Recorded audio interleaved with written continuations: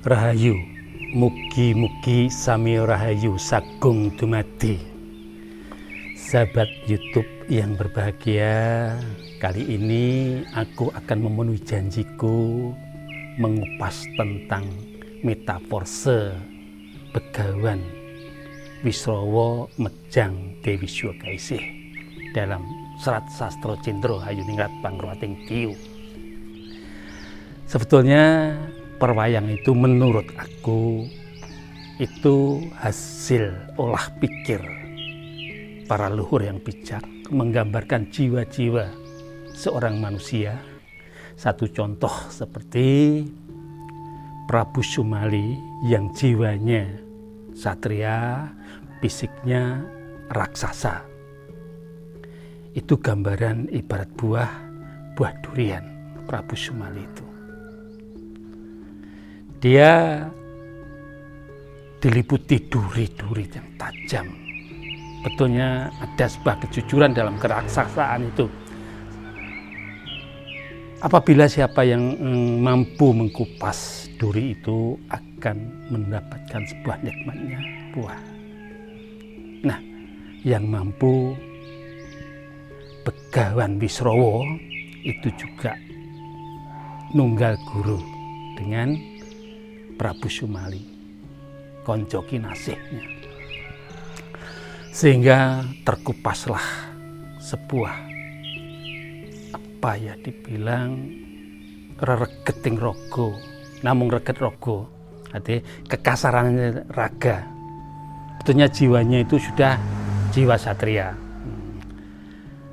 Kalau ibaratnya surga, Prabu Sumali itu diliputi rerungkutan,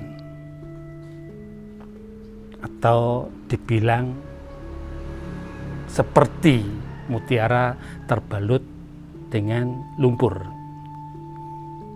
atau dia dalam keadaan raganya itu dalam keadaan hutan, lantas dengan Prabu Resi Wisrawa dibabat hutan belantarannya menjadi nirwana. Akhirnya Prabu Sumali menjadi nirwana, nir ilang, wana itu hutan. Jadi rereget rogo yang bentuk semrawut yang tiada tatanan, dalam bahasanya performnya yang kurang bagus. Sekarang jiwanya cantik, jiwa satrianya itu bagus, lantas penampilannya bagus juga, cakep gitulah. Kurang lebihnya demikian. Itu hanya sebagai gambaran. Di alam kasunyatan nggak ada, di perwayangan menurut pemahaman saya.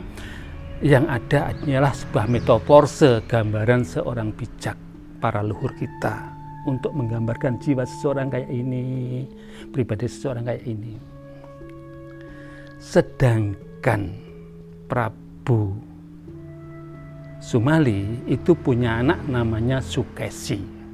Sukesi itu digambarkan seorang wanita cantik, tapi dia itu adalah gambaran sebuah surga.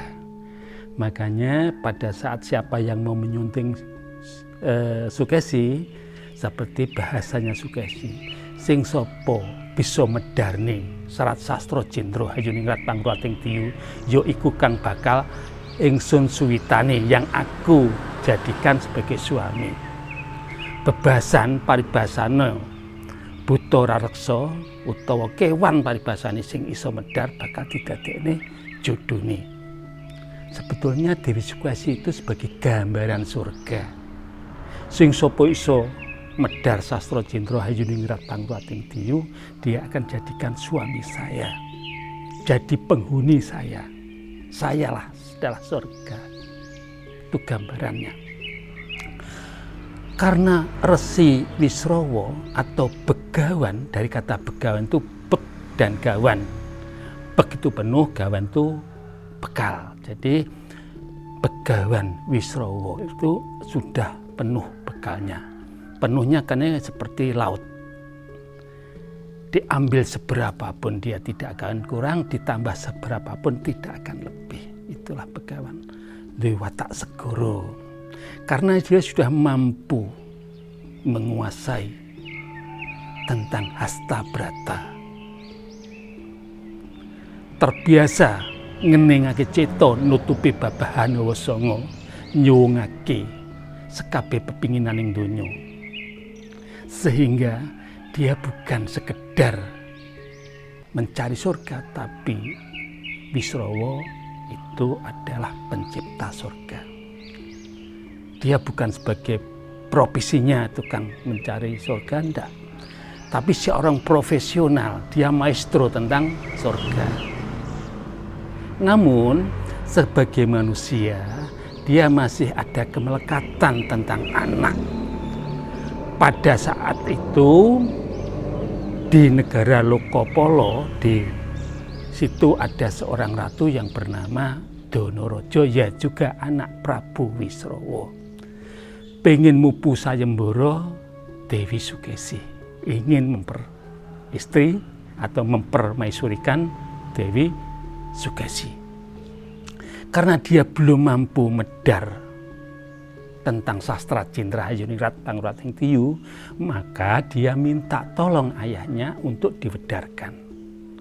Karena Resi Wisrawa atau Begawan Wisrawa itu merasa punya anak yang dibilang bahasa Jawa anak modah bopo kepradah, sehingga Resi Wisrawa cancut Taliwondo. Padahal surga itu yang bersifat abstrak, tidak bisa dibagikan, tidak bisa diturunkan, tidak bisa untuk dicuil-cuil. Bisanya hanya diperuntukkan untuk mereka atau dia sendiri yang mampu medar tentang permasalahan sastra Jendra Hayuningrat Pangurating Tiyu. Ini sebuah kelayan atau sudah kodratnya manusia, dewata melek gendong lali, melek pengen golek ning bojo anak. Itu gambaran konkretnya. Tapi dia lupa kalau jodohnya itu adalah hal-hal yang bersifat abstrak. Sehingga dia akan kena wala ing donya atau wala ing jagat. Entuk upama ing jagat. Sehingga dia lali Purwodasena karena ada daya pangaribawa ning kidung-kidung kasemaran dari surgawi itu, dia lantas bercengkerama dengan Dewi Sukesi, melakukan hubungan seksual sehingga melahirkan 4 anak itu yang digambarkan sebagai 4 nafsu. Anak pertama Rahwana, digambarkan warnanya merah, suka marah, pamer dan sombong. Yang nomor 2 adalah Kombo Karno, yang punya sifat tomak, suka makan hanya tidur tanpa bekerja. Anak yang ketiga namanya Sarpokenaka, perempuan, itu raksasa juga. Dia sukanya keindahan, maca dengan perhiasan-perhiasan yang indah-indah. Yang ketiga Gunawan Wibisana, yang sukanya dengan sebuah kasih sayang, ketulusan, tresna marang sapada-padaning kawulaning liyan. 4 perkara, 4 kriteria inilah yang bersemayam di diri manusia gambarannya. Barang siapa yang mampu menaklukkan, menjinakkan ini, dia patut menjadi atau memperistri Sang Sukesi atau Sang Surga. Makanya kalau ingin menikmati nikmatnya surga, 4 perkara ini, 4 nafsu ini, yang merah digambarkan amarah, yang hitam digambarkan lawamah, yang kuning digambarkan nafsu sufiyah, yang putih digambarkan nafsu mutmainah. Nafsu-nafsu ini jangan dibunuh atau dihilangkan, tapi dijinakkan agar dia manut lulut apa perintahnya sang roh. Satu ketika kalau kita untuk neteping wajibing pati, nafsu-nafsu ini yang akan kita tunggangi menuju keharibian Tuhan. Dalam Dawing Gusti, di Dawing Gusti ada bunyi demikian, bahasa Jawanya, sira ora bakal bisa parek maring ingsun lamun sira ora tetumpakan nafsu-nafsu peparingane ingsun. Jadi kita kalau mendekat Tuhan, manunggal dengan Tuhan, itu kita bertitian dengan nafsu-nafsu kita yang sudah kita jinakkan. Makanya seperti Donorojo itu hanya sebagai raja, tapi tentang masalah spiritual, tentang pencerahan, dia belum sampai ke situ. Hastabratanya belum sampai mencapai. Makanya anaknya Prabu Sumali yang bernama Sukesa pada saat Begawan Wisrawa mejang dengan Sukesi, dia itu usil mau ngintip kayak apa tuh wejangane. Kok ditutup-tutupi apa, benar-benar tuh amat sangat berharga, amat sangat aji. Dia selalu ingin mengetahui hal-halnya yang bersifat pribadi atau pribadinya orang lain.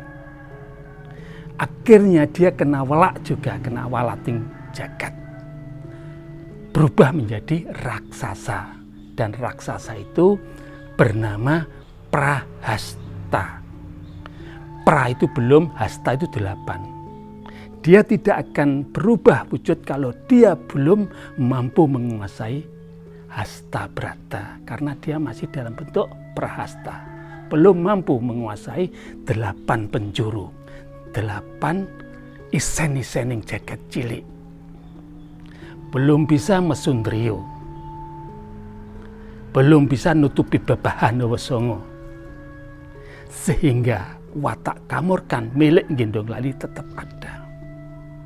Maka dari itu, para sahabat YouTube yang berbahagia, yang kami cintai, ayo kita belajar Hastabrata yang sesuai dengan yang dikehendaki dengan para leluhur kita. Karena Hastabrata itu ada yang menyalahartikan kalau itu untuk kadigdayan, untuk kanuragan. Sebetulnya Hastabrata atau Sastra Jendra Hayuningrat Pangruating Diyu itu untuk sebuah kemuliaan jiwa. Memang orang yang melakukan tentang Hastabrata ibaratnya masih jalan beberapa langkah. Di tengah-tengah itu ada sebuah iming-iming atau sebuah begalan bahasanya Jawa. Diduduhi kanuragan. Awake gak tedas dipacok, bisa meramal orang lain, salah satunya di itu. Tapi itu bukan tujuan tentang masalah Serat Sastra Jendra Hayuningrat Pangruating Diyu. Yang jelas Sastra Jendra Hayuningrat Pangruating Diyu itu adalah ngilmu kasampurnan. Ngilmu untuk menuju kehadiran Tuhan nanti agar kita bisa manunggal, bukan bertemu tapi manunggil bersama Tuhan Yang Maha Esa, atau bisa dibilang Gusti Kang Murbeng Dumadi. Sekian atas jabaran kami. Kurang lebihnya mohon maaf Mbak Darmaji. Tapi sebelumnya kami mohon like dan subscribe. Apabila ada kesan atau pesan, tolong tulis di kolom komentar agar kami nanti bisa menjawab. Rahayu.